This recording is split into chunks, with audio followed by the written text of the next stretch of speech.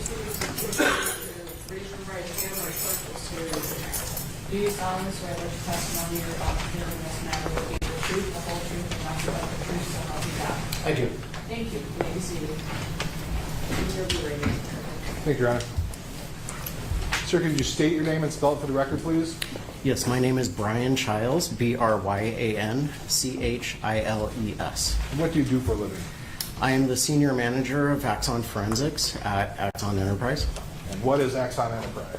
Axon Enterprise is a technology company for law enforcement. We're mainly known for providing taser energy weapons and body-worn cameras. And what are some of your responsibilities in the position you hold?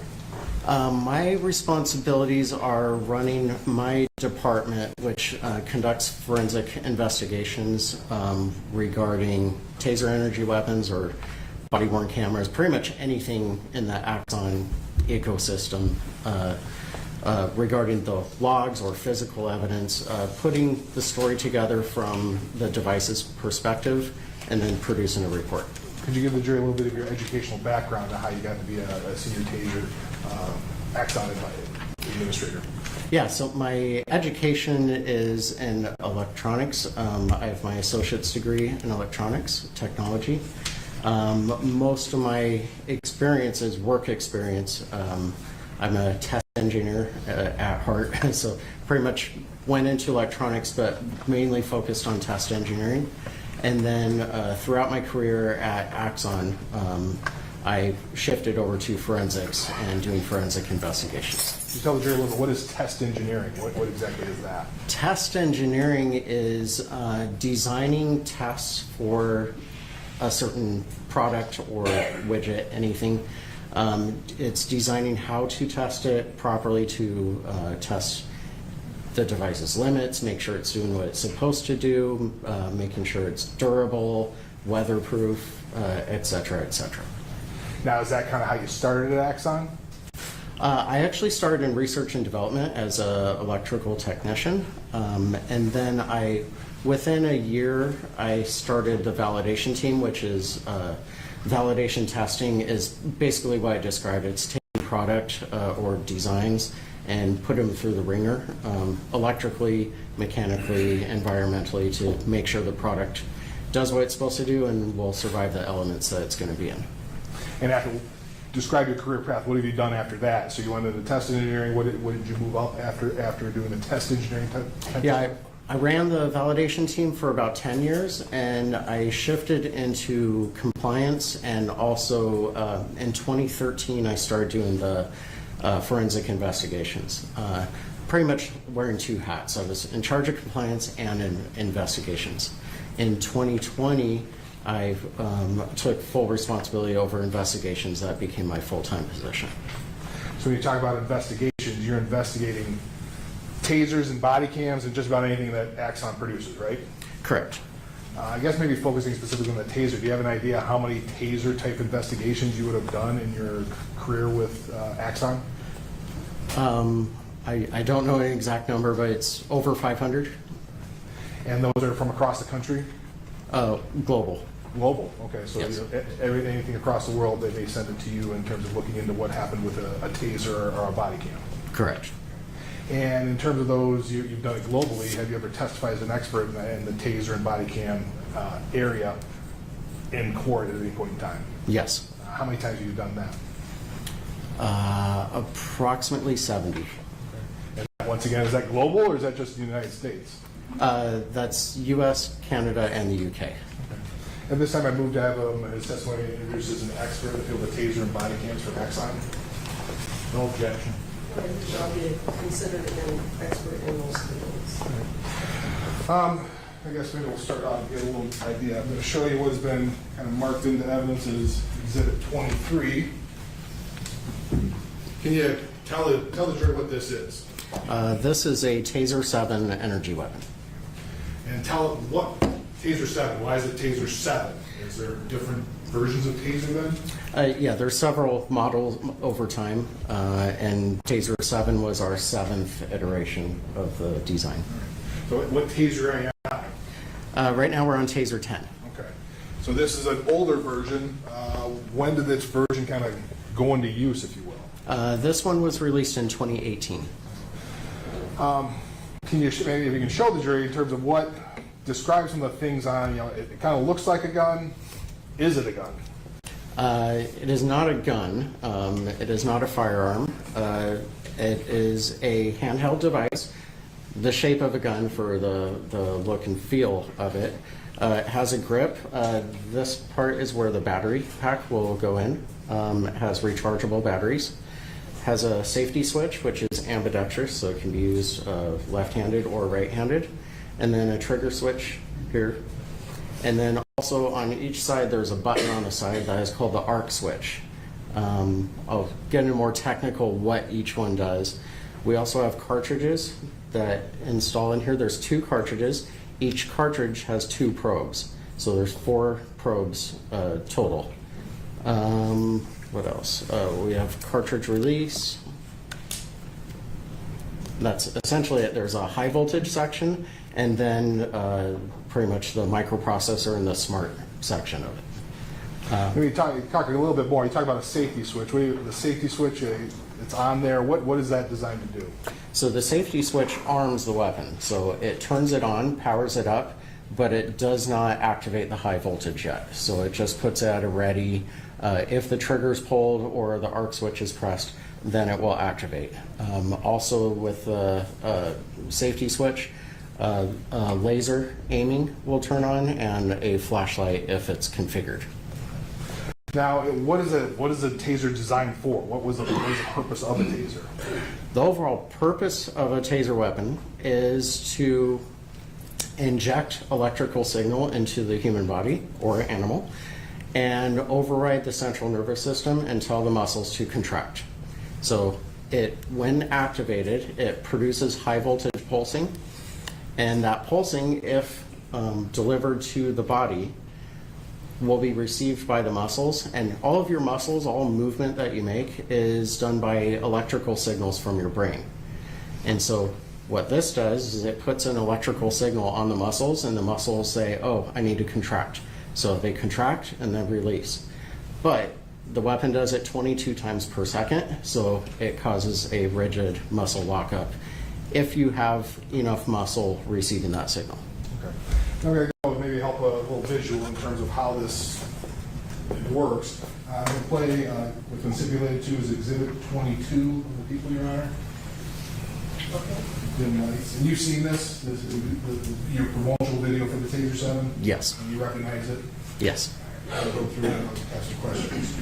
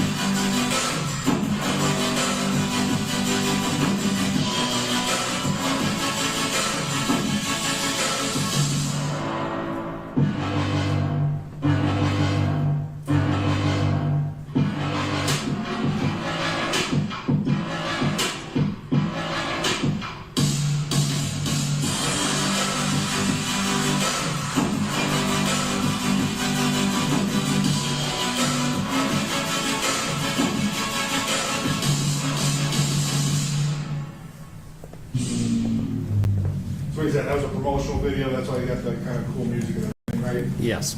Now going back a little bit, I think there's some things that the jury may be interested in.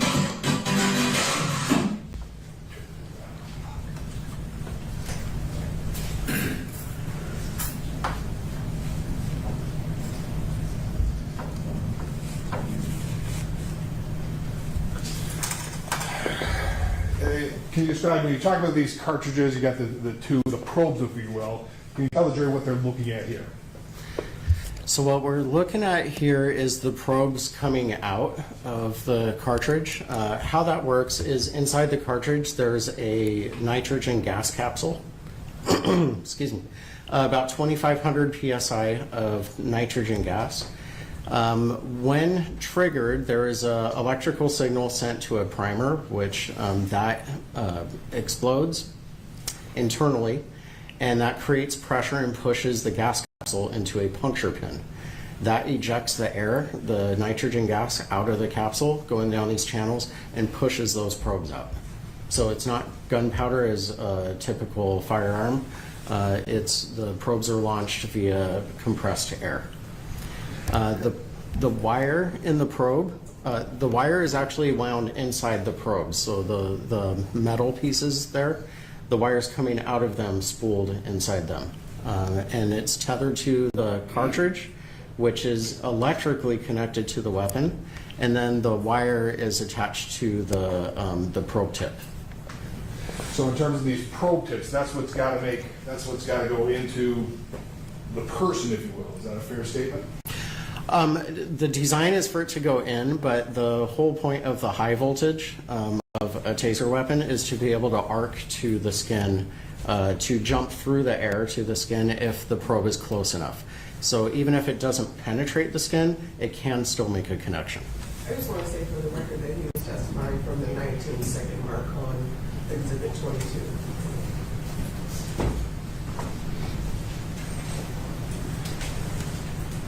We can go here a little bit, and we'll go for the record 34 seconds on the exhibit. I think right around here they talk about cross connect. Can you describe what this cross connect is? And it looks like a probe is missed, but another was hit. Can you describe what cross connect is and what this video kind of part of the video shows? Yes, so adaptive cross connect is a technology. Previous versions of the weapon, the X2 mainly, had 2 cartridges, but it had a chance to cross connect, but it was pretty much due to the laws of physics. It could happen or couldn't happen depending on what's going on, where the wires are, how far the probes are from the skin, stuff like that. With the Taser 7, we designed adaptive cross connect that forced that cross connect to happen. So if a probe misses, like in the image here at 34 seconds, one of those probes missed, but we're able to cross connect from one cartridge. Well, let me back up. Each cartridge, say you deploy one cartridge, the top probe is the plus of the circuit, and the bottom probe is the minus of the circuit. You always have to have a connection between plus and minus in order for electric current to flow. With this, we allowed, say for instance, if you missed with the bottom probe of the second cartridge, the top probe of the second cartridge would connect to the bottom probe of the first cartridge. So that's cross connect.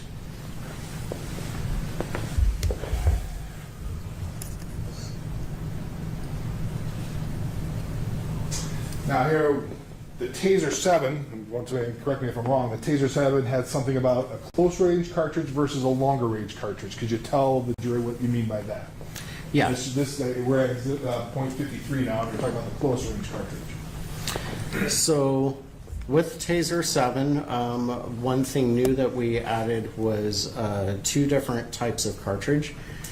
On each Taser cartridge, the top probe comes out straight. The bottom probe comes out at a downward angle. The reason for that is, I mentioned before with Taser technology, in order to cause a reaction from the muscles, you need enough muscle to receive that signal. So you need enough muscle mass between those 2 probes. So you need distance on the body. And so with the bottom probe coming out, or top probe coming out straight, and the bottom probe coming at a downward angle, the further back you are, the more spread you have between those probes. That can cause a problem because if you are too far away, then the bottom probe might hit the ground before it reaches the target. So we designed 2 different cartridges, one with a 3.5 degree angle, and that is for long range, And then we have a close quarter cartridge that has a 12-degree angle on the bottom probe, and that is pretty much at 4 feet. In general, your general rule is you need about 12 inches of spread between the probes. There are caveats there on the location on the body because it's really about muscle mass, how much. But in general, you want 12 inches. So effective at 4 feet means at 4 feet you'll get about the 12 inches of spread between those probes. So that's kind of the minimum distance for the close range cartridge that's ideal for appropriate NMI. Yeah, to create that ideal situation for NMI, you'd need to be at 4 feet. And then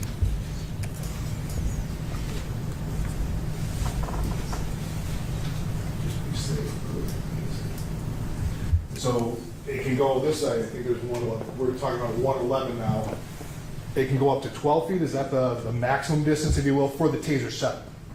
For Taser 7, actually, the maximum range is 25 feet. Okay, so this is even a little bit closer than 25 feet. It can go further back. Correct. The weapon, is it weapon designed to be with this distance then?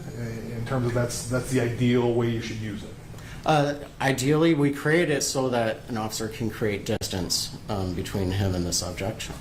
But we made the close quarter, so if you can't make distance, then you have those two options. Let me try the lights. I'm going to get away from this for now.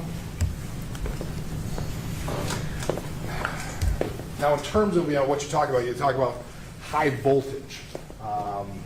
That sounds like you're putting a bunch of electricity into a person. Can you go into that and describe that? What do you mean by that?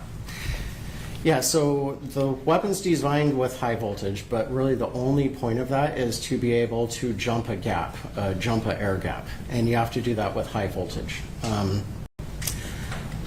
If you've seen in science class in high school, they have the Van de Graaff generator or small Tesla coils, and people put their hand on it and their hair raises up. That's millions of volts, or tens of thousands of volts. Voltage is not dangerous. You see danger high voltage everywhere, but it's really the electric current that is dangerous. Now, high voltage on your utility lines, providing power, that's dangerous because there's potential for a lot of current. But on some electronics that limit the current, high voltage is not dangerous at all. It just allows the electricity to jump from one point to the other through the air, and that's called an electric arc. So in terms of jumping through the air, what is going? I guess can you give an idea to the jury of what's going into a person, though? If it's successful going into a person, what is it? Voltage going in, or is it something different going in? And what kind of level is it? It's actually electric current that is going in. It's actually electrons that are flowing, and the flow of electrons is electric current. Voltage is just the potential for current to flow. If you picture it this way, picture a water analogy. If you're at your hose outside, the water pressure is like voltage. So if you turn on your hose but you don't have water pressure from the city, water's not going to flow. It's the water pressure that allows the current to flow. And then when you open the spigot, you get the water flow, and that's like the electric current flowing. So is that something going to get electrocuted from a taser? No.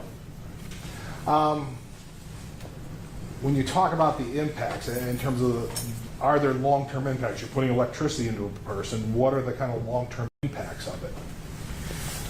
There are no long-term impacts. The impact, the physical impact of the weapon is your muscles contract and then release. So I mentioned we do it 22 times per second, so it's a rigid lockup, but the cycle lasts for 5 seconds automatically. It can be turned off early. But as soon as it turns off, your body completely recovers. And so every pulse goes in one probe and out the other. So that's the lasting effect on the body. It's in the microseconds. I think the Taser 7 is around 45 microseconds, 45 millionths of a second for each pulse. So it goes in and comes out, and it doesn't build up in the body like poison or anything like that. It's just, it goes in, it goes out, your muscle reacts, and then releases. Now, when you say when it goes in, the 5 seconds, you say it's automatically, so if somebody holds the trigger down, it's going to shut off at 5 seconds even though you're holding the trigger down? That depends on the settings. So you have agency settings. So by design, if the trigger is held in, it will go beyond 5 seconds until you release. However, some agencies have settings that limit it to 5 seconds only. Now, when you talk about the contractions, you know, you're not electrocuted. Does it like knock you out completely? Is it you're knocked out when this happens? No, you're fully aware of what's going on. You can hear everything and feel it.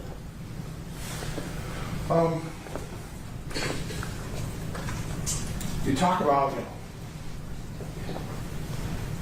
there's certain things, you know, in terms of the, if you don't get it, you talk about the 12-inch spread, if you don't get it, the full 12-inch spread, can you describe what happens then? So if you don't get 12-inch spread, we call that a short spread, then the muscles don't respond. You don't have muscles responding, but you do have sensory nerves that are reacting, and that causes, it's the potential for pain. If someone's on mind-altering drugs or numbing drugs and they can't feel, or really drunk and they can't feel pain, it's not going to be effective on them. That's why we created the technology to lock out muscles. But if you can't get the spread, can't get enough muscle between those probes, you're limited to a pain response. Now, part of that, when when a taser new version is sent out, part of it is training people how to use it and so forth, correct? Yes. And one of the things you do is a PowerPoint presentation, correct? Correct. I'm going to pull it up now. Exhibit 24. This is one of the exhibits that's been admitted. Actually part of the training documents that were admitted. I'm not going to go through the whole thing.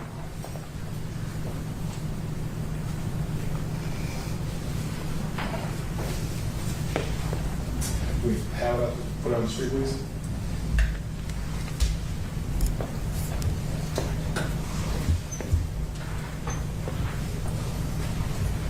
So you recognize this? Yes, I do. And this is one of the PowerPoints that are put out with the training when the TASER 7 went out, correct? Correct. Now, in terms of, can you explain here when you say TASER CEWs, that's a controlled energy weapon? Conducted energy weapon. Are not a substitute for authorized deadly force. What is that there for? What does that mean? So the taser weapon has limitations, like I said, if you can't get probe spread, or if you don't get enough muscle mass between those probes, it's limited. So we put that in there to say that we're not saying don't put your gun out. If there's a deadly situation, don't rely on the taser. Like if there's close range and person has a knife, they're typically going to go to their firearm rather than a taser, because there's limitations. If you don't get the probe spread and it's a deadly situation, your life might be in danger. So we're just saying it's not replacing the gun yet. Okay. Now, replacing it, is the taser designed to kill people? No. What's it? You know, it's not designed to kill people. What exactly is it kind of designed for then? It's designed to temporarily incapacitate. Move down. Trying to do a little quicker, but it's hard to move. I'm going to go to slide 37. So this is part of the PowerPoint as well, correct? Yes. And you have this warning here. You just said it's not designed to kill people, but then you have this warning here. Can you explain that?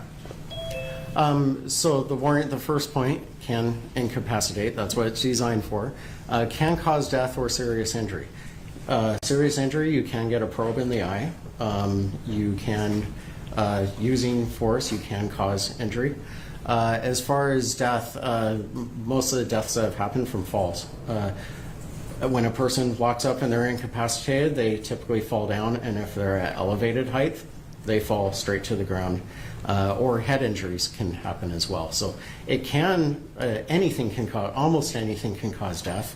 But taser energy weapon, it's not designed to, but if used improperly, it can. Now, in terms of with this, along with this slide, you just don't send out the slides, you send out instructions for the person giving the presentation, if you will? I mean, is there a script, if you will, that goes along with this slide? Not necessarily script, but a guide. There's notes for the instructor on, notes on about the safety of the, or about that slide. On this one, it's on warning, so there would be notes, additional information for the instructor. What kind of notes are you talking about here? What are those notes that you talk about here? Well, they're mostly notes for the speaker to talk on. So on this, there would be additional notes. I don't know exactly the word for word what it says on here, but there will be like can cause death or serious injury. There's notes that talk about falls or head injuries, stuff like that. Does it talk about the safety studies that go into the taser? Yes, it does talk about. Well, there's been many safety studies done on tasers, independently and from Axon. The National Institute of Justice, NIJ, did studies. Wake Forest. There's several universities who have done safety studies on the technology. And what do those safety studies find in terms of this technology? As far as electrical safety, it's a safe weapon. It does not affect the heart. It doesn't cause damage to the body. There's certain things in use of force that can, but the taser weapon itself, it causes the muscles to lock up and release them. It's really a muscle stimulator. That's really what it is. Staying on that point, I'm going to go now to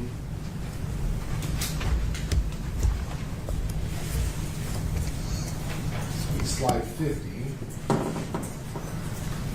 This talks about voluntary exposure. It's voluntary exposure that sometimes that police agencies use in their training. Yes. Now, in terms of looking at this, when you talk about risk of injury from stress, that first paragraph, talking about muscle exertion, can you describe what does that mean? So the taser exposure causes your muscles to contract, and so it can. Repeated exposure can cause fatigue in the muscles, just like working out really hard. And so that is warning that stress, physical exertion, falling, especially like voluntary exposures, you don't just have someone stand there and hit them because they're going to fall and hit their head. And so always use spotters. So there's several instructions that are given on doing voluntary exposures. When you talk about those probe exposure, strong muscle contact, you talk about repeated. Is like one contraction going to cause this type of strenuous exercise, or is that repeated? It'd be repeated. Okay, so that repeating, jury ballpark, how many? Is that 5, 6, 2? Yeah, is there any kind of idea? Don't really have a number. There's been studies that the taser exposure is a whole lot less exertion on the body than, like, say, punching a heavy bag or sprinting or running. So this warning, specifically for voluntary exposures, is just warning the user taking the exposure that they might feel soreness. It might feel like they worked out or something like that.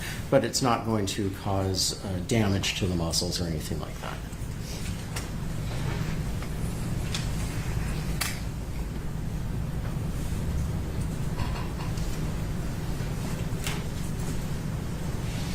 Now I'm going to slide 61 now, key safety guidelines. You've talked about this a little bit. Well, why is this list? What is this list here for in the PowerPoint?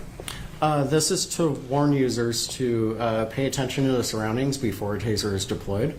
If a person is up on a ladder or up on a roof or on scaffolding at some type of height, if you deploy the taser and they get the muscle effect, they're going to fall off of that. So pay attention to that. Flammables and explosives, there have been a few out there where a person was seriously injured or killed due to fire because a taser was deployed in a explosive environment or a flammable environment, and the high voltage arc can ignite flammable fumes. Are those kind of the top reasons people have been killed in the history of the taser? Yes, falls is the number one, and then also fire injuries is up there. Now, in terms of number 4, the restrain fast, avoid prolonged exposures, you kind of testified saying, well, prolonged exposures don't build up, but now you're saying avoid prolonged exposure. Can you explain why that's in there? It's just for the situation. The device is painful, and it's a strong use of force. And so it's not causing long-term damage. I mean, eventually, a very long exposure, we had a volunteer do 45 seconds. So one activation is 5 seconds. We've had a volunteer do 45 with no damage.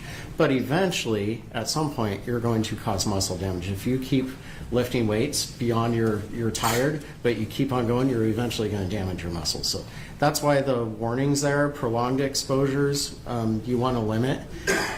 All in all, we teach officers to use the minimum amount of force to effect the arrest. So get them under control, get them cuffed, and turn the taser off. So you had a volunteer do it for 45 seconds, you didn't have to pay him? I believe he got a free taser. Oh, okay. All right, so that's something. Okay.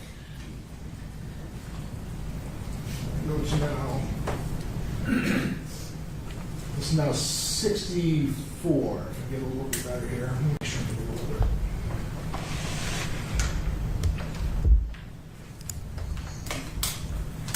You're talking this in terms of, once again, this is a training. Can you give the jury an idea why these preferred target zones? What is this for?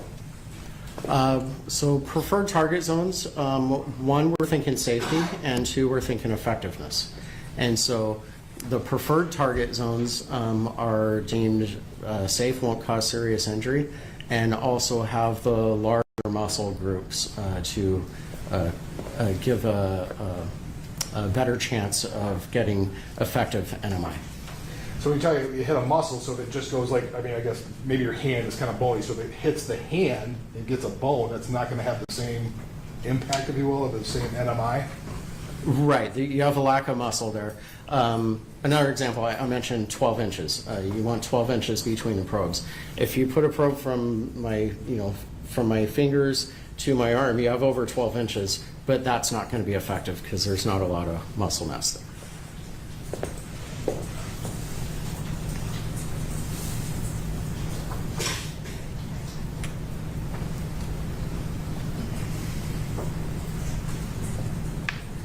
Now here's this, this is slide number 70 on the PowerPoint. Can you talk about this? You mentioned a little bit, but you actually put this in there. What do you, the fighting or fleeing? How did Taser put this in there? What did they rely on here? So there's a medical condition, and I can't go to, I'm not a doctor, but I know it from the doctors.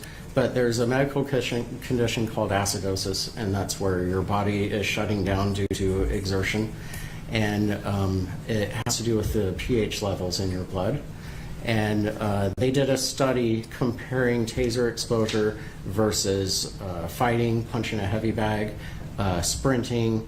There was even a dog attack in there, and pepper spray. And the taser energy weapon was very low on that scale of causing that amount of stress. The number 1 was fighting, and number 2 was sprinting, fleeing.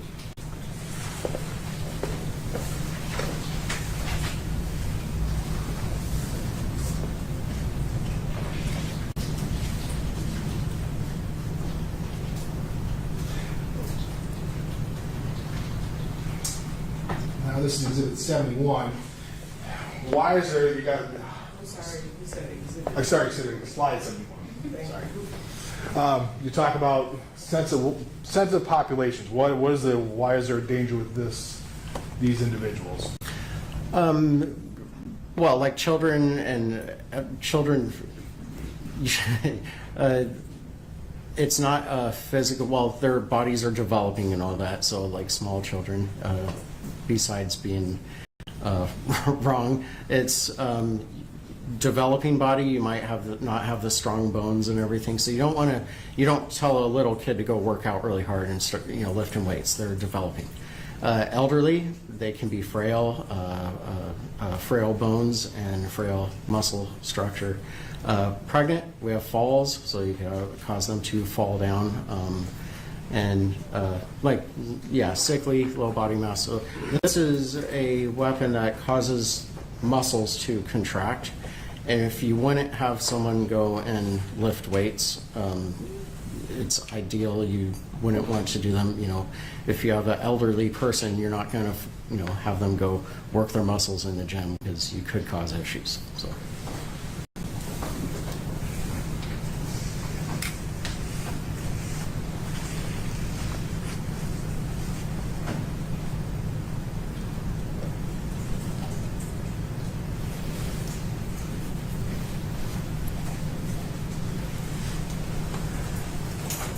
I'm going to go to slide 96 here. You've talked about some of these, you repeatedly talked about elevated platform and so forth, but in terms of these other increased deployment risk examples, water, mud, muck, how is it a drowning risk? Can you explain that a little bit? Well, if you're in a swimming pool and your muscles contract and you can't swim. And so if someone's in water, you have to be aware of that risk. Now, if it's a situation that you have to do that, there is a video, I believe, from Lake Havasu, where a person had a weapon and they were by a pool, so they deployed a taser. They locked up and fell into a pool, and the officers jumped in and grabbed him. So life was saved there. But if the officers didn't go in and grab him in time, he could have taken a breath and drowned. Stuff like that, the elevated position, operating machinery. If it's something where you are going to lose control, you won't be able to voluntarily move your muscles. So if you are in a situation where you need to break a fall or defend yourself, you won't be able to. So we're just warning users to be aware of the situation. And if someone might be injured due to it, serious injured, think about it. It seems to be like almost secondary impacts of, when you hit them with the taser, it's something that happens because of the NMI, not because of the taser. It seems to be that's the main danger. Right. It's all secondary. The weapon itself is designed to be safe.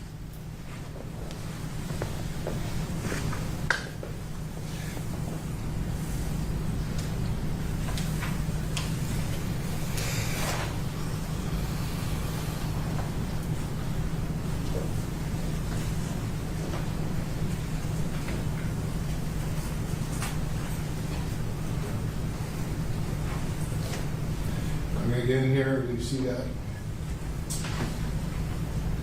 Talking about the drive stuff. Okay.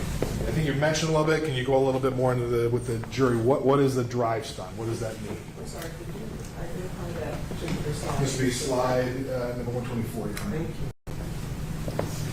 Yes. So drive stun. And first, I believe I've talked about NMI. I think it says NMI in there. That's neuromuscular incapacitation. That is when your muscles lock up and you no longer have control of your muscles. So I mentioned the point of the weapon is to incapacitate, but that is done via the probes or delivering energy to enough muscle mass. A drive stun, a lot of people call it a mode of the weapon, but it's actually a tactic from the officer. And drive stun is when the weapon is activated and driven into the body of the person to make contact. It's also called contact stun. There's tactics they teach to hit pressure points and nerves to cause more of a pain response. And that's really what it is. The drive stun without probes causes pain, but it does not cause the muscles to contract. Maybe I'll try and pull out this exhibit a little different one. Take an example. You go to exhibit 12, graduation video, Your Honor.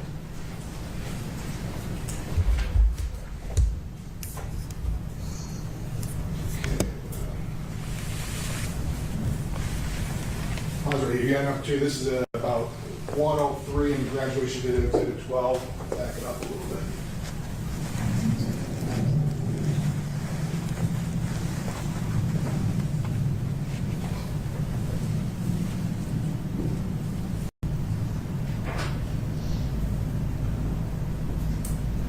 When we talk about this drive stun, is this what you're talking about here?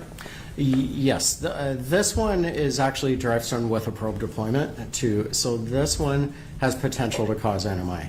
If you don't deploy the probes, then it's purely pain response.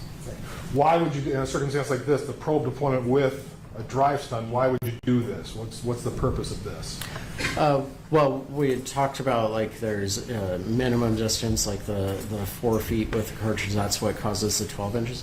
If you're closer than that and you cannot get distance, then you can do a tactic like this where you deploy close and then drive stun on another part of the body to complete the circuit and get more muscle between those So electrodes. if you had just done this without the probe deployment, that would just be the drive stun you were talking about. Yeah, that would, and it's very similar. This was a probe deployment really close. That would be the same body response as a drive stun without probes, just because it's close. There's little spread between those probes versus on a drive stun, it's just the energy coming from one electrode to the other.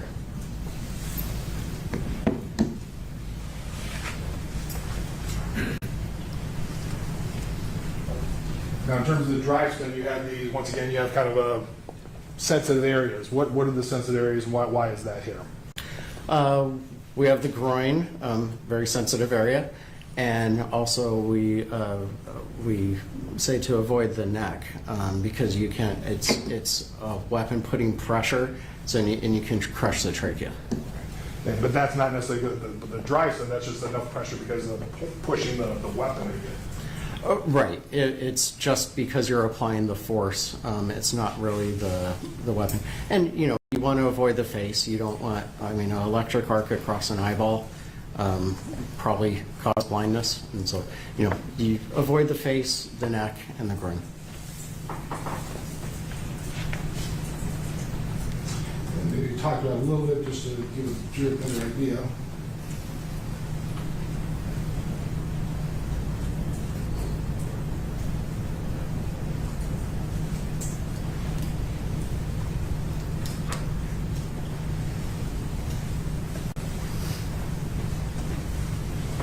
I think you talked about a little bit, maybe a more better visual in terms of the degree, the cartridges, the angles. What angle are we looking at here? Which cartridge would this be?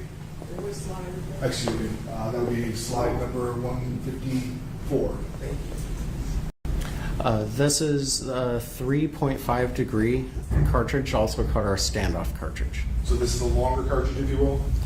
Longer distance rated, yes.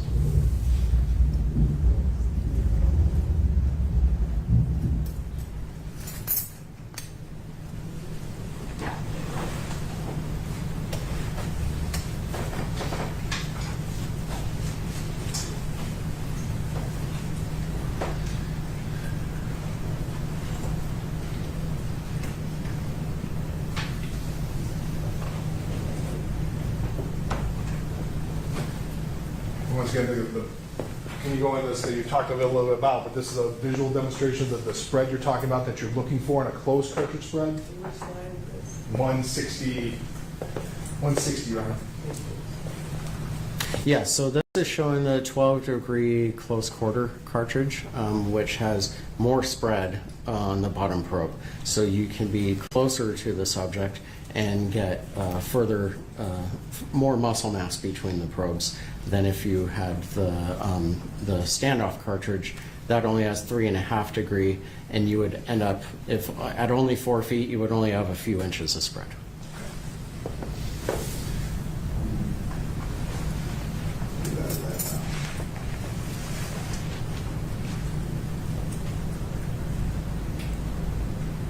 Now, part of what you did here, we'll probably turn that off right now. I'm going to show, we do that in the evidence, you did a 25. I don't think it's already in. I think it's already in, yeah.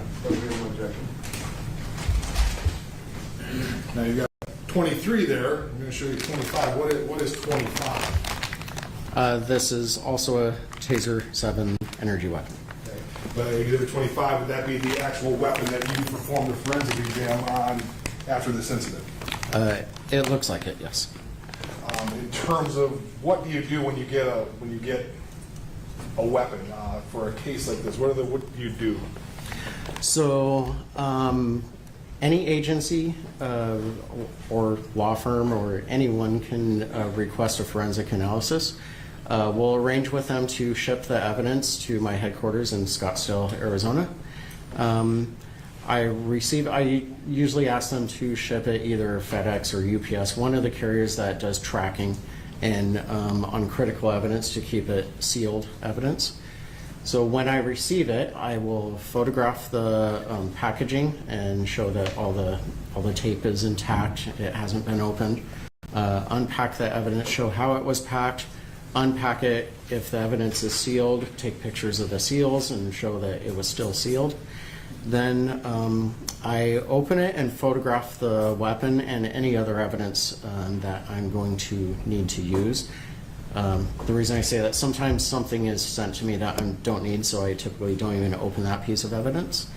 But the pieces I'm going to use, I photograph close-up photos of all 6 sides, the weapon, the battery, the cartridges, probes, wires, anything relevant to what I'm investigating. Take close-up photos, do an inspection, and then I go and do an initial download. Talking about download, the weapon has a memory chip inside and it's recording information in it. So you can download that information to the battery pack, plug in the battery pack into a docking station and upload that evidence to our servers, which then produce logs that we can look at and tell part of the story. Now, in terms of that, when you got this, you talked about taking pictures. I saw you 2 pictures earlier today. Yes. And you recognize those pictures as pictures you took of the taser that was used in this incident. Yes. I would move the admission exhibits 28 and 29, Your Honor. No objection. 28 and 29 are not admitted. 28 up there.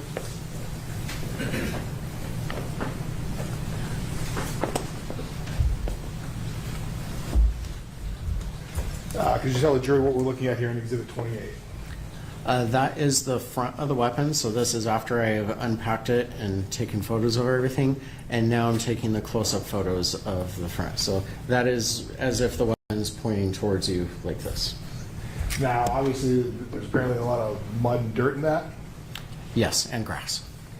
Now, in terms of which, and I don't know if you can see it real well, what would be the close cartridge and which would be the longer cartridge, if you will? The one on our left is the 3.5 degree close quarter, and the one on the right is the 12 degree So that's why standoff. it's dropping down a little bit at the bottom there. Right, and so looking at it from this angle, the cartridge 1 is on the right, cartridge 2. I'm sorry, I messed that up. Yeah, cartridge 1 is on the right, I was correct, and cartridge 2 is on the left. And then going to Exhibit 29, what are we looking at here? This is 2 probes and the wires unspooled from them. So this is when, after it's been shot and how the taser's kind of left after they're discharged. Yeah, they've been deployed from the weapon, and also the barbed end tip of the probe has been pulled from the body of the probe. Now, in terms of you took these pictures, then you talk about getting a download or trying to tell you what the taser tells you about the incident.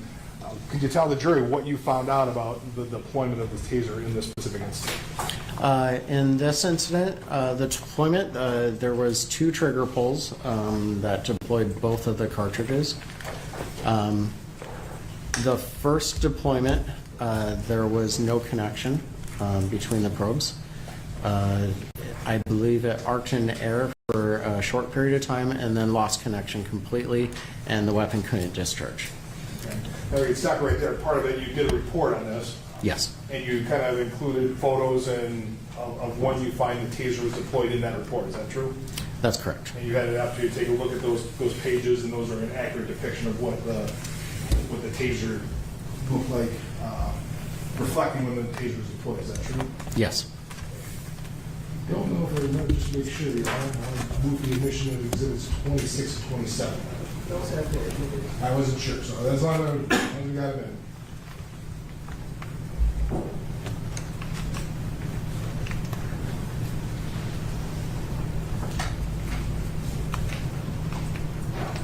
So this is Exhibit 26. You're just talking about it a little bit. Could you tell what we're looking at here? Yes, so this is page 19 of my report, and I include screenshots from the body-worn camera from Officer Schurr. And this shows the reason two screenshots is to kind of show the movement. But you can see this is right when the weapon is being deployed the first time, so cartridge 1 is being deployed. And the subject, you can see his hand pushing, so he pushed the weapon away right before it was deployed. So the probes did not hit his body. So you can tell it didn't hit anything. How can you tell that? How does it register?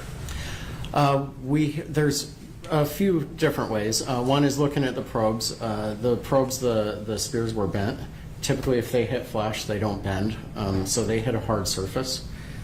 We don't know what that surface was, but they hit something hard. And the second way is the weapon records in a pulse log. Every pulse, I mentioned the 22 pulses per second, every single pulse that it tries to generate, it records the output charge that it delivered and the voltage across the capacitors when it was discharging. And those tell a story of what the weapon discharged into. On this first one, the pulse graph showed that it was arcing in open air for the first second, I believe. Arc in open air, that would be it's arcing across either the wires in front or just across the electrodes in the front. And then it lost connection completely and it was unable to discharge. So it's charged up, it's trying to discharge, but it can't because there's no electrical path.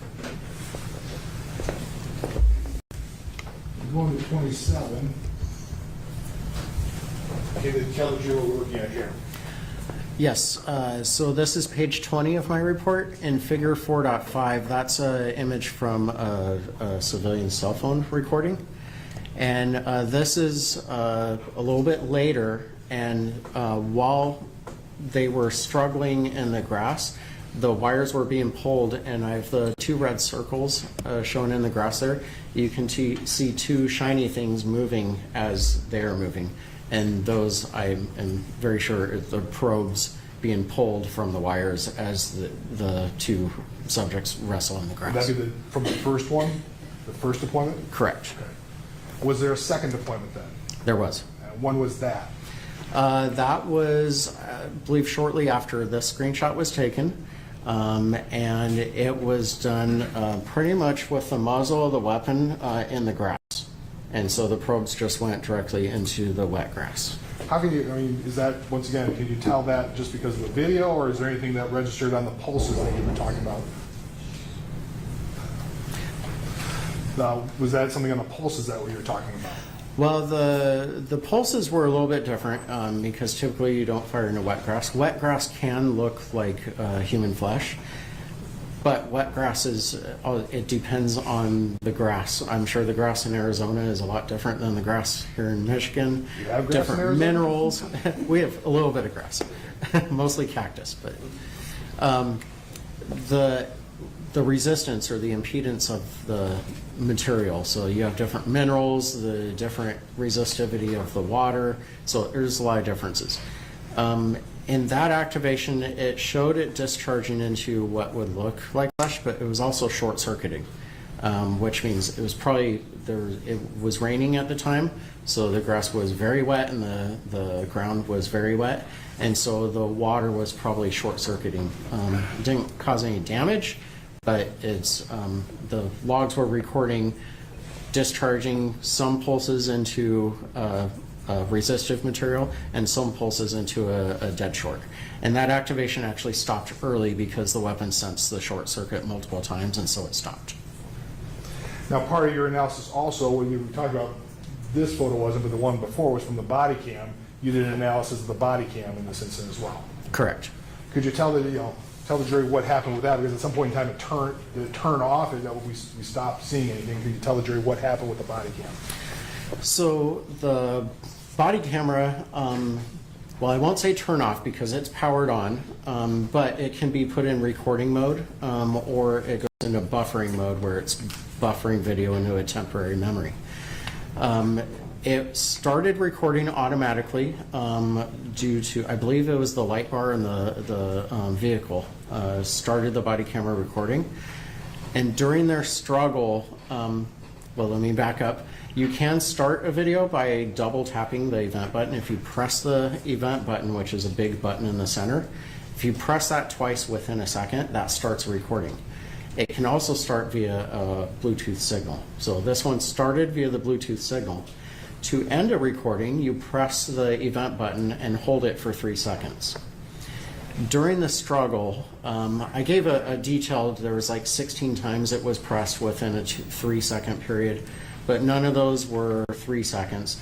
But when the camera turned off, the button was held for 3 seconds and it turned off.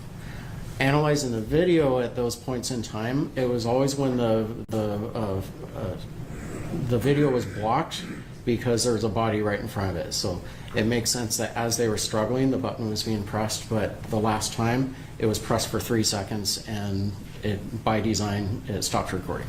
So that more of an unintentional, because there's the bodies pressing against one another than somebody intentionally trying to turn it off. Correct. One other thing I kind of will finish up with, in terms of the drive stem, can you show where is the drive stem? What on the taser used either one? What are the probes? What comes out for the drive stem? If both probes are deployed, how does the drive stem work? What is that on the? Yeah, so if probes are deployed, picture we have 4 wires coming out here and probes over there. If you were to do a drive stun, there's electrodes, one electrode here and one here, one on the bottom over here and one on the top over here. And so if you do a drive stun, it will discharge that electricity into the skin and the sensory nerves. Okay, so it's just those 4 little points. Yeah, it's just these 4 points.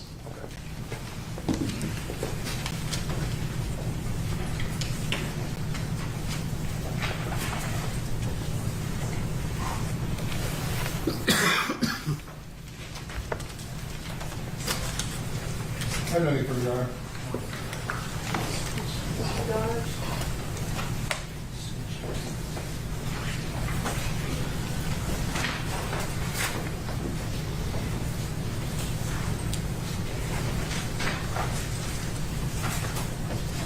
Good morning, Mr. Chiles. Good morning.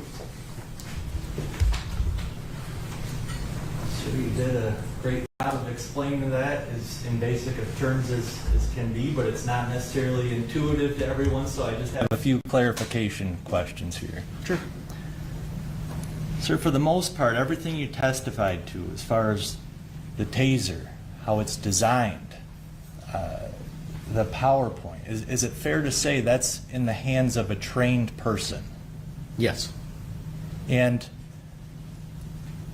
Axon's classification of a taser as a less lethal weapon, is that in the hands of a trained person?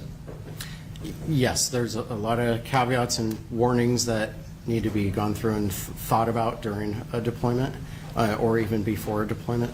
So yeah, I would classify it, it's really built for a professional or for a person who's gone through training on that platform of weapon. Okay, and I want to get to that training in just a moment here, but in the hands of an untrained person, would Axon market this as a less lethal weapon? It's designed to be less lethal, but in the hands of a person who's not trained on it or someone who has ill intent, it could be dangerous. Now, as far as training goes, can you just give us a snapshot as far as how is Axon, do they start the training that an officer ultimately gets within their department? Can you just, if you're aware? Yeah, so overall how it works is Axon develops the training program, but each agency is responsible for their own training. Typically an agency, depending on the size, they'll have one or a certain number of instructors So they are responsible for teaching the users, the ones who are going to be carrying the weapon. Those instructors, they are taught master instructors who are taught by Axon. So Axon trains the trainers who will eventually train the users.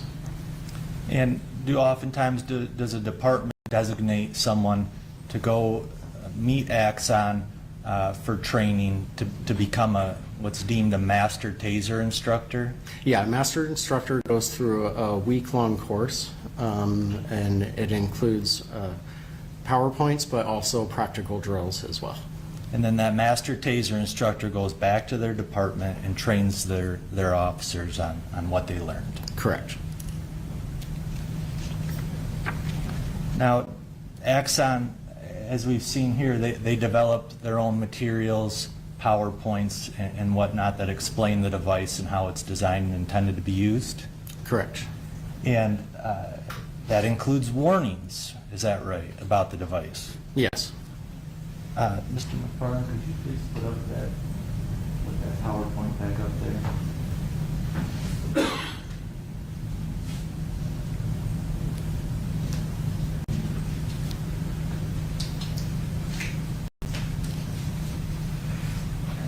And you're familiar with these materials, is that fair to say that you just went over with the prosecutor? Yes. I don't plan to go into the whole PowerPoint, but just on a few topics here. And I think it was already pulled up. Axon, the manufacturer of this Taser 7 device, warns that it's a serious weapon and should be treated as such at all times. Is that correct? That's correct. Do the Axon materials and warnings tell officers that the Taser is no longer dangerous after both cartridges are deployed? No. Could you please go to slide 13? This is exhibit. That is People's Exhibit 22. I don't know, is this ours? All right, this would be, it's also Defense Exhibit G6. Is it the same documents? We don't need two. So it appears to be, so I just want to, they could use mine or they could use theirs. But which exhibit was it, 20, was it 24? Under the people. Ours is 24, correct? 24 or defendants. Well, that hasn't been admitted, so G6 hasn't been admitted. Are you familiar with this PowerPoint? Yes, I am. And it'd be duplicative, so like we don't need two exhibits that are the exact same thing. Well, theirs is included as part of the larger GMP training. This is just the Power DMS training. So they're a little different in that regard. So this is part of their exhibit. Yeah, we don't have, yes, it is. Okay, so then it will still be duplicative, just because it's extra. But you can refer to the slide that's within the PowerPoint, because I think it would be the same slide. I don't know. I'm sorry. Three attorneys on this. I don't think the numbers might not be the same. We recognize it's duplicative, Your Honor, but because it's a larger package and a smaller package, if he's referring to something on the record as slide 12, it might not be the same slide as in the Well, larger you can package. check that out. Which slide is this for you? It's going to be different because our exhibit does start with the GRP, some of the training stuff, so these, they're later on, so it will be different. This is technically a separate, would then be a separate piece of material here. So it's still not admitted. And I would move for the admission based on this expert's knowledge of this. And that's a G6. Okay. Is there any objection to G6? No objection. Okay. Then exhibit G6 is now admitted. Thank you.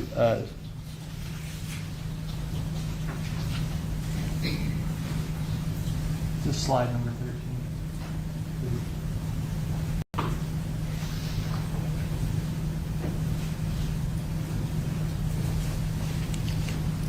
Now, I think you've already discussed this on direct examination, but the Taser 7 is warned can cause serious injury or death, correct? Yes. And the device as a whole has the ability to incapacitate human beings, correct? Correct. The device has the ability to immobilize a person. Is that fair to say? Yes, it causes their muscles to contract and they cannot control them.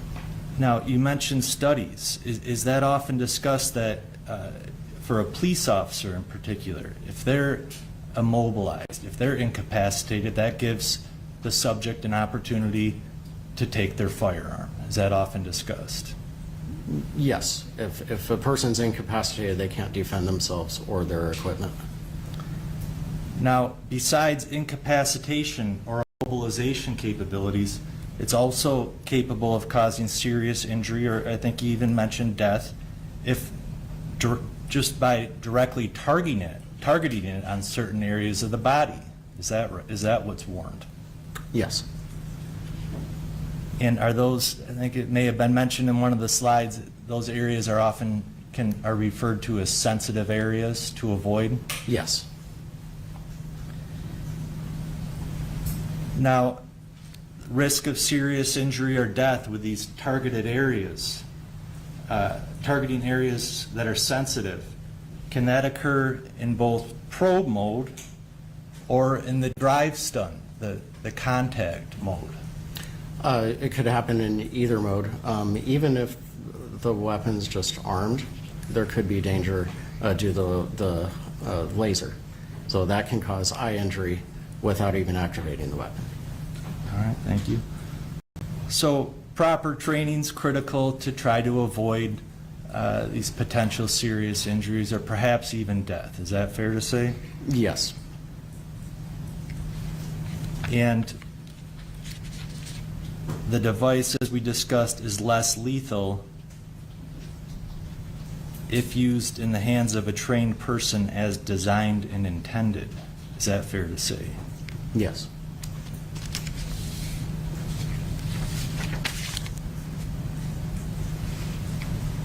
Now, a trained person is obviously notified about these potential risks of the device. Yes, Correct. they go through not only the PowerPoint classroom, but they also go through practical drills where they're put through scenarios to think about these things. And I just want to, for a moment here, go over to the sensitive location topic that I know was brought up somewhat on direct examination. Could you please go to page 41?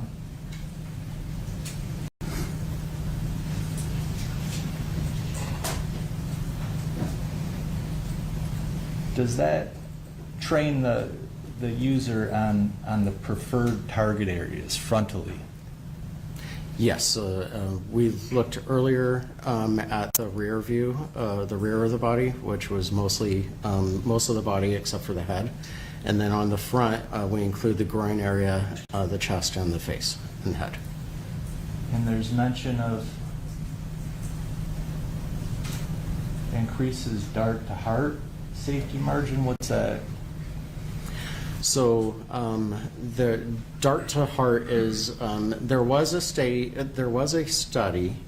previously where the heart could be temporarily affected by the taser, but the dart had to be a certain distance from the heart, and it was like millimeters or a centimeter. I forget the exact number.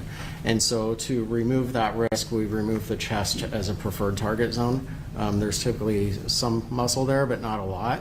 So we didn't lose much from just removing that from there. But to get the probe that close to the heart, it would have to be a very skinny person, very small chest, and the probe would have to penetrate right over the heart and discharge right to it. Okay. And it's clear to the user, do not intentionally target head, eyes, throat, chest, or genitals. Is that right? Correct. And I believe you mentioned use of the taser probes to the eyes could cause blindness. Yes. And you just brought up the heart. Now, is the neck and the throat also put as an area to avoid? Yes. And also the genitals? Yes. And would an untrained person intuitively know to avoid these areas to potentially cause serious injury or death?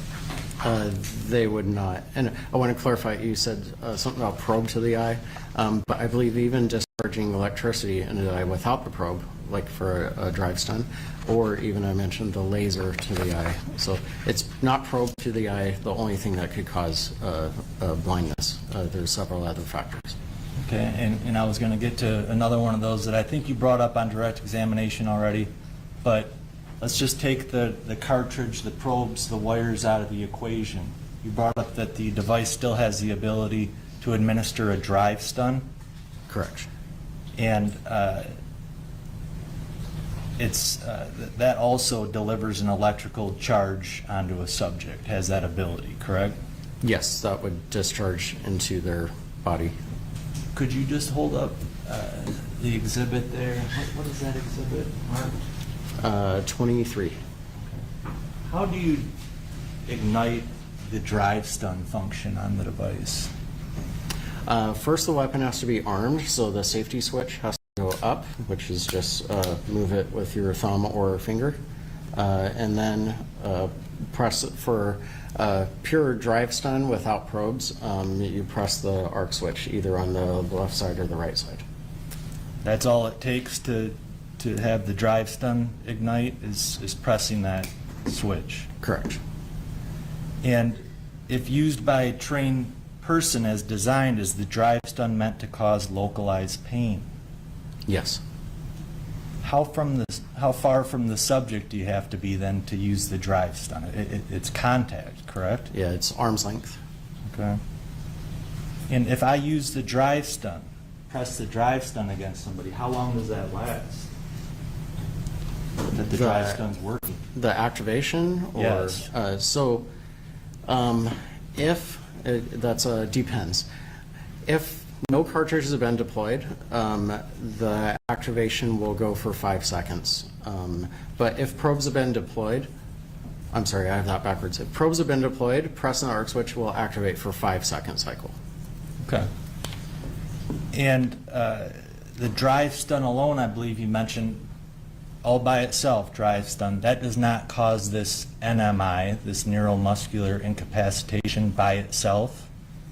By itself, without probes, no, there's no NMI. But the drive stun is very painful. Is that fair to say? Yes. And does the drive stun run risk that it has the ability to immobilize someone? Without probes deployed, there's no chance of NMI to immobilize through muscle, but it can temporarily jar someone because of the pain. Sure. And depending on the person's condition, could that immobilize the individual? It could temporarily. Okay.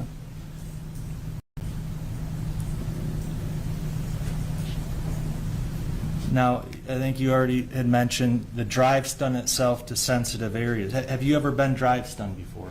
Yes, many times. Has anybody ever deployed it against you? Yes, once. Okay. Would you let somebody drive stun you in the eye? No. How about the throat? Throat? No. How about the genitals? Yeah, absolutely not. Could it cause serious injury? Yes. And just to clarify, that's cartridges out of the equation, just this drive stun contact, correct? Correct. And you mentioned drive stun to the throat. The pressure could collapse here.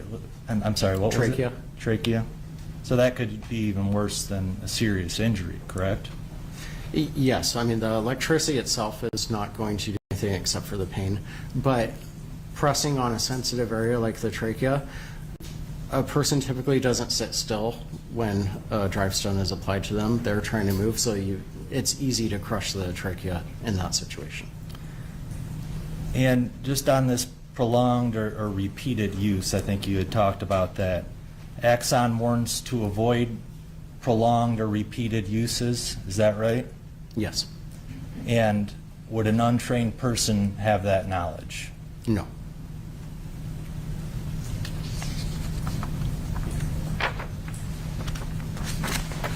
If you were deploying cartridges on me, or deploying a cartridge, fires the probes on me, makes proper connection. Is that sometimes referred to that I then take the ride? Yes, it's been called that. Typically in volunteer exposures, yes. How long does the ride last? 5 seconds.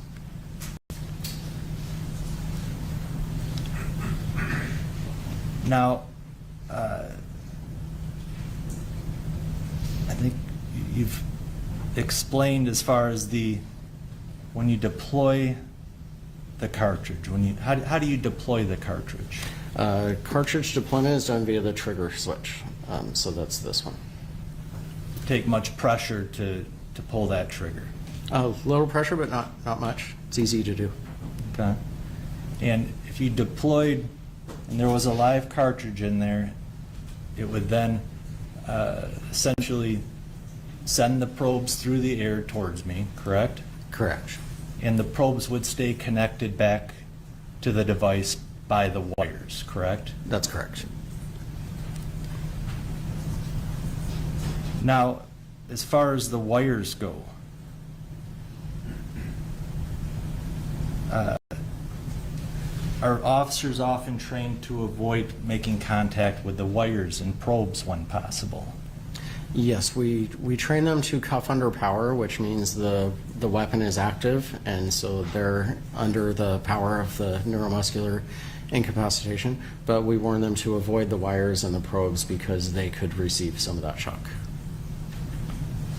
Now, the probes, and I think we see them right in the exhibit there, it has a sharp end to it, correct? Yes. And does that have some type of barb on it?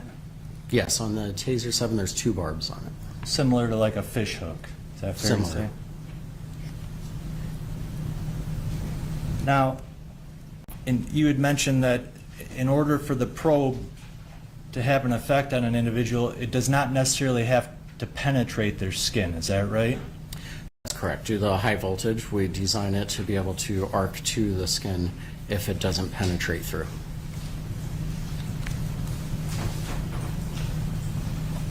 You had talked about this Taser 7 device has the capability of holding 2 cartridges, correct? Correct. And one of the cartridges is what's referred to as a close probe cartridge. Is that what it's referred to? We call it close quarter or close CQ. quarter. I'm sorry. Close quarter. Okay. And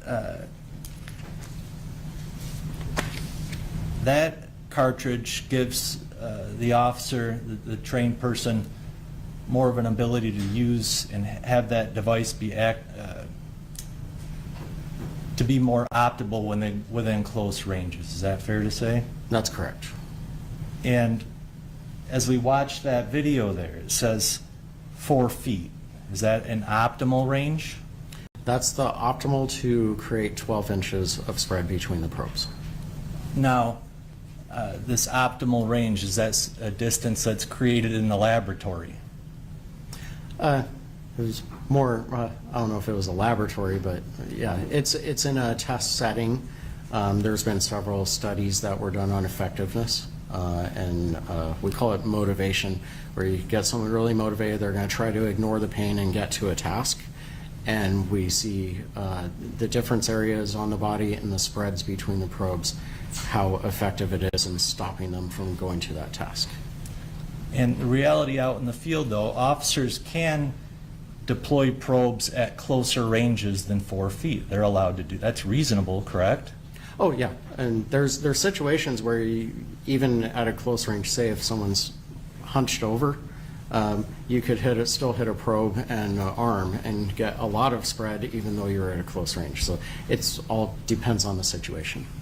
So 4 feet may be optimal, but you could still cause NMI even at closer ranges than that. Yeah, that 4 feet was just saying the probes will be at 12 inches at that point. And let's say the probes do hit very close to each other, maybe not optimal. Is there another third point of contact that the officer can use to create NMI? Yes, actually, we watched a video of a graduation video, and that was called a 3-point. So probes were deployed close range and then brought over to the leg the weapon was brought over to the leg, and that completes the circuit and causes more muscles to contract, giving NMI in that short spread situation.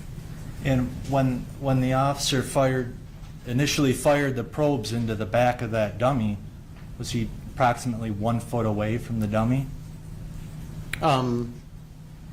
Yeah, he was close. Yeah, or closer perhaps? Yeah, possibly closer. But then he followed up with the drive stun to a different area of the body, correct? Correct. And that's an effective means of delivering NMI. Yeah, we train tactics to deliver NMI even in a close range, if you're closer than 4 feet or just hand to hand. Now, I just want to talk a little bit about re-energizing the probes. We're not able to do a live demonstration in the courtroom here, but let's just say that you have the device there. Okay? You fire both cartridges. So now on the floor here, if they were to land on the floor, we would have 4 probes and the wires connecting those probes back to the device, correct? Correct. And officers are trained to avoid contact with the wires and probes, right? Yes. And let's say the 5 seconds goes by from the initial deployments. Can the probes and the wires be re-energized? Yes, they can. And can you just explain that a little bit, please? Assuming the weapon's still armed, they would either press the arc switch or pull the trigger, would reactivate all 4 probes. And ignite the probes for how long? 5 seconds. And what if I am in contact with some of the probes and the wires? Am I at risk that I could experience the effects of the taser? Yes. Now, do I need to be in contact with 2 probes necessarily to feel the effects, or could contact with the wire as well create a circuit upon me? Contact with the wire could create that circuit. They're insulated. They're designed to be insulated to the 50,000 volts. However, if there's any flaw in the insulation, a nick in the wire, someone stepped on it, or even the wire as it's coming out of the probe is scraped, that could allow the high voltage to jump through it. So if you're close enough to that wire, you don't have to be on it. If you're close enough to the wire, it can jump to you and deliver the effect to you. And let's say I'm close to the wire, and then you come up and drive stun, and I'm just in contact with one wire, one probe, one exposed wire or one probe. Could that create NMI upon me? If you point to your knee, so you're like kneeling on the wire and you're drive stun to the head? Or anywhere else? Anywhere in the upper body, yes, I believe that would cause NMI, because that would be the same as if a probe is in your knee and a probe is wherever that drive stun. So you would have pretty much most of your muscle mass affected. Okay. And sir, you've seen the videos here, correct, from the prosecutor as far as this incident here? Yes. And the 2 men are struggling for control of the taser. Is that fair to say? Yes. And it appears the wire and probes are all around the men during the struggle? Yes. And you later analyzed the wires and the probes from this incident, correct? At least some of them? Yes. And did you actually observe what appears to be blood on one of the probes? I believe it was on 2 other probes. Okay.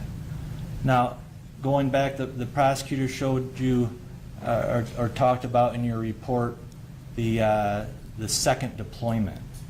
And were you later able to find from the computer data and watching the cell cam video that there was a second deployment that had taken place? Yes. And you mentioned that it appears the taser was pressed into the ground when the second cartridge deployed, Yes. but that this second deployment was short-circuited? Some pulses sensed a short circuit, some sensed a resistance. So it wasn't short circuit the entire time, it was delivering charge into the ground as well. Okay. And the sound, if I ignite a cartridge, that's not as loud as a gunshot, correct? Correct. And so by the device being shot into the wet ground, it did not carry out its normal 5-second sequence. Is that fair to say? Due to the short circuit that I saw multiple times, it stopped before the 5-second cycle was over. Now, from watching that video, you can't tell whether or not the officer noted there was a second cartridge deployment, can you? Jack, that goes kind of beyond his expertise here, Your Honor. He's just testifying to his observations of the video, but I think you would have to speculate, so I'll sustain that objection. watching the video after the second cartridge deployment, does the officer continue to fight to attempt to get the weapon? Is that your observation? Yes, they continue fighting over the weapon. And does the officer seem to continue to treat the weapon seriously?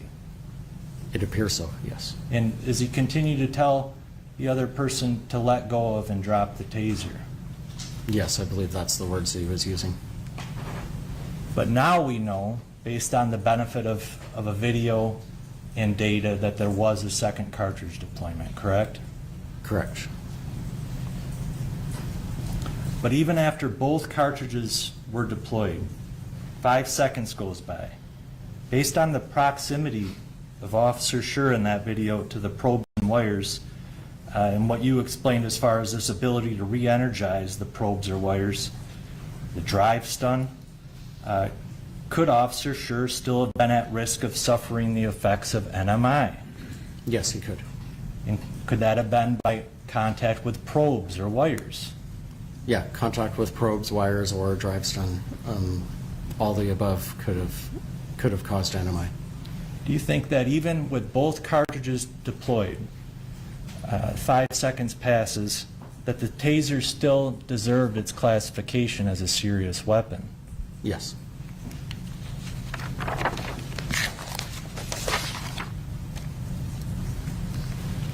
Now, as far as the fact that the grass was wet, okay, and we've got the wires and probes amongst the parties, if the device was activated again, what could the wet grass have any effect as far as somebody perhaps feeling the effects of the device?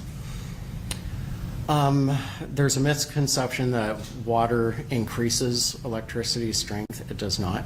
However, it does create more chance of a path to you. So that's why you don't go near power lines when it's wet, because you could cross that path where electricity will travel through the water. So in this case, the water helped increase the risk of the electricity traveling to either of them, laying in the wet grass and activating a taser.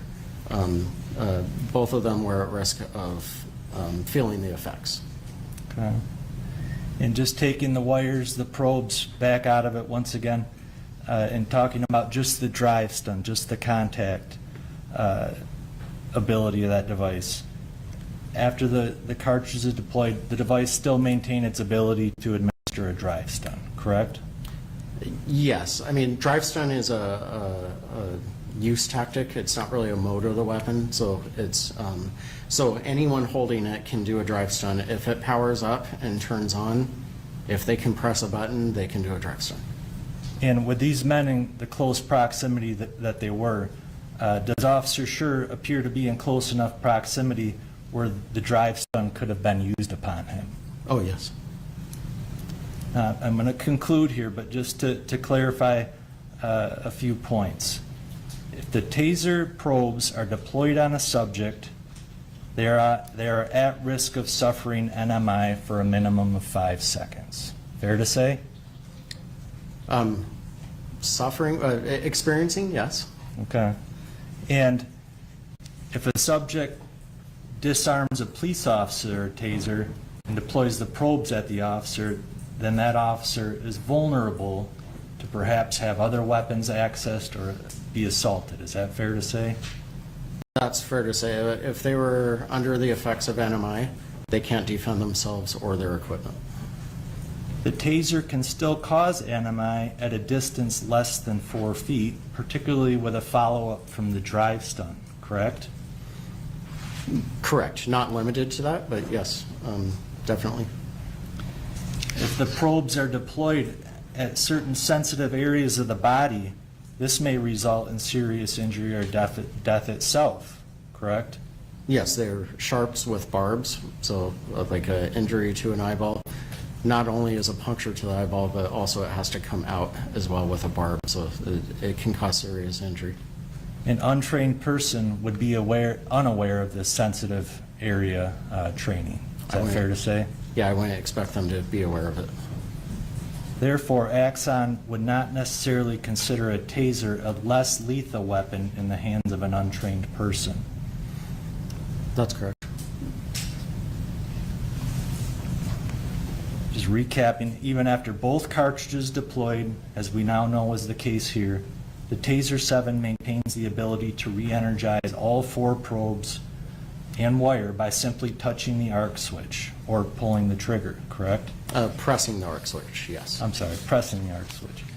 And if an officer is in contact with certain probes and or wires and the arc switch is pressed, then the officer is at risk of suffering the effects of the taser's electricity. Is that fair to say? That's correct.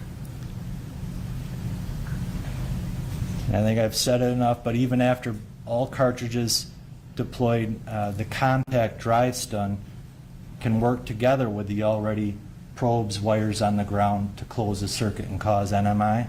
Yes, that's true. And it's as simple as just pressing the device upon somebody and pushing the button, correct? Or pulling the trigger, correct. And Axon warns, do not press the drive stun on certain sensitive areas of the body, correct? That's correct.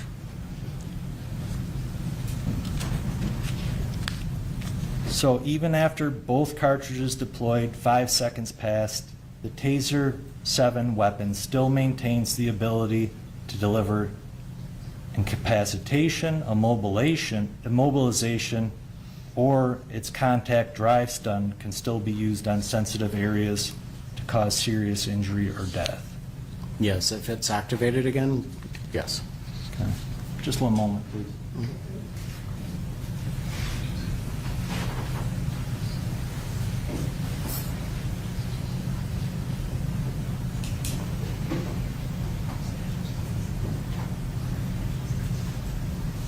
Does the drive stun make noise? When you ignite the drive stun, does it make some type of noise? Activating the weapon does make noise, yes. Okay. Like what? What noise does the drive stun make? I hate describing this. It's difficult to describe. So when the weapon is arcing in open air, arcing across the electrodes, it's like a loud clacking type of sound at 22 times per second. So it's a fast clacking. Okay. Fairly intimidating? Yes. We even train, there's called an arc warning. So without deploying, you can press the button and show the arc and they hear it, and that sometimes is a deterrent to get compliance without even deploying the weapon. Okay. And just one other topic, deploying the probes at less than 4 feet, the optimal range, there's still an ability for the device to cause NMI at less than 4 feet, correct? Yes. And if we watched a voluntary tasing video and the individual was shot from a foot or two, it still has the ability to lock somebody up pretty good. Is that fair to say? Yes, the potential's there. Yes. Okay. That's all I have. Thank you. Yes, Your Honor, some follow-up. Mr. Hunt. Going to do a VR screen.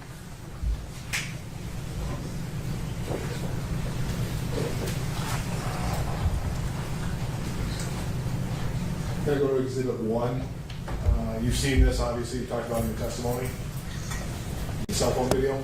Yes. Okay. It's more for noise, but you can also watch it too. Turn on that sound. But the lights in, we're gonna start from the beginning or? Nope, it's gonna be 45 seconds around. Thank you.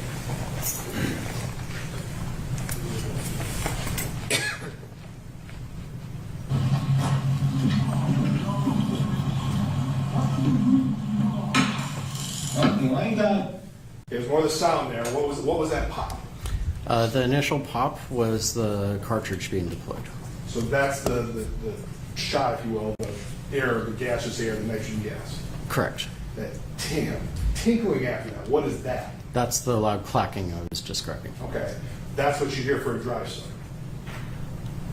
So drive stun is a tactic. So whether you're using a drive stun or not doing drive stun, the activating the weapon and it's arcing in open air, it's going to make that sound. So that can happen on a probe deployment or drive stun. Okay, that's what I was trying to get. That's what Right. you're talking about in terms of the clacking noise. Yes.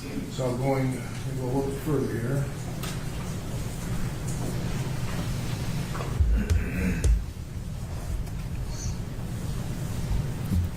I'm going to go to 52 seconds then. Good, man.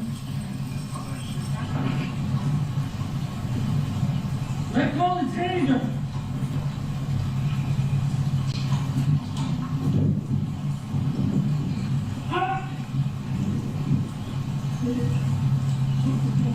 Let go and change. No, like he good, like. Okay, you heard that, the pop there. What was that? That was the deployment of cartridge 2.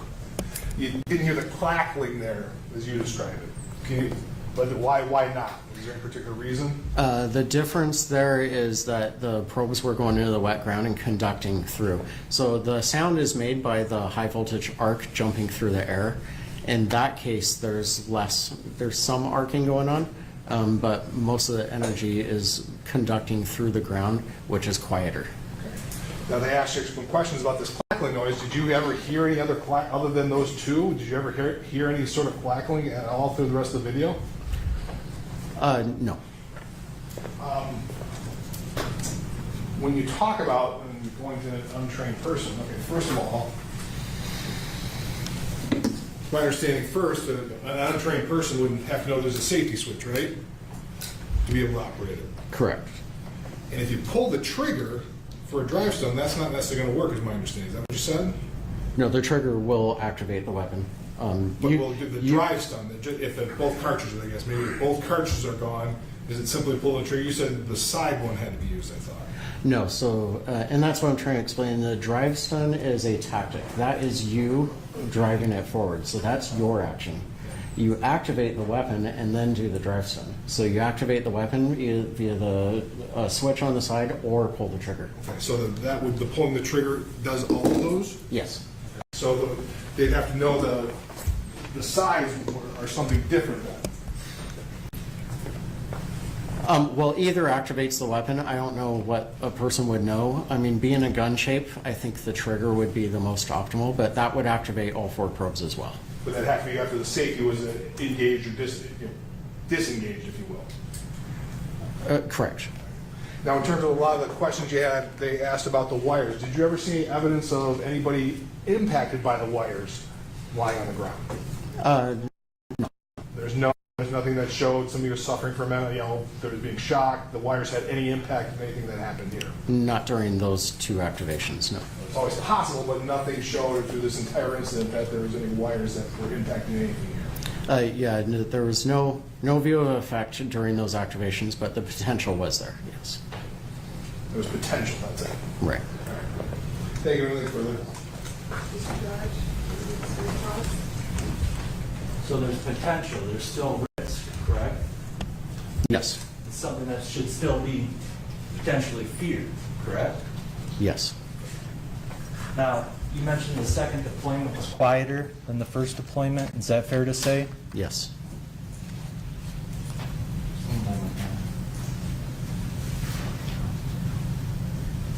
That's all. Thank you, sir. Nothing further, Your Honor. I have a couple of questions. One, Turning off the safety, do you have to do that each time you use the taser? Or once it's off, it's off? No, so when you arm it and say deploy 2 cartridges, if you do not place the safety in the safe position, it still can be activated by the press of a button. Okay. And then, do you have to hold the trigger down and using it as a drive stun, or do you have to hold the trigger or push the trigger and then hold it while you're using it? No, pull and release, it will automatically go 5 seconds.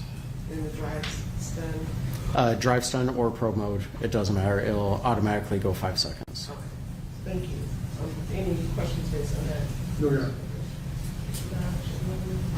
And I guess, but just to clarify, to activate the drive stun, both cartridges are already deployed. You can simply press the trigger to activate the lightning bolt at the end of the device. Is that correct? To activate the high voltage, yes, it's trigger pull or arc button switch. Either one does the same thing. Okay. All right. Thank you.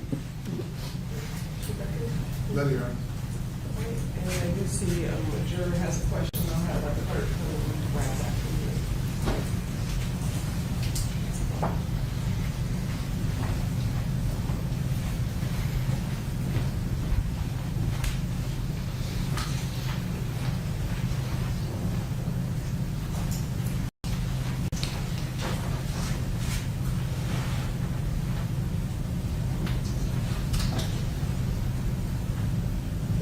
You can approach, please, respectfully, Mr. Dodge.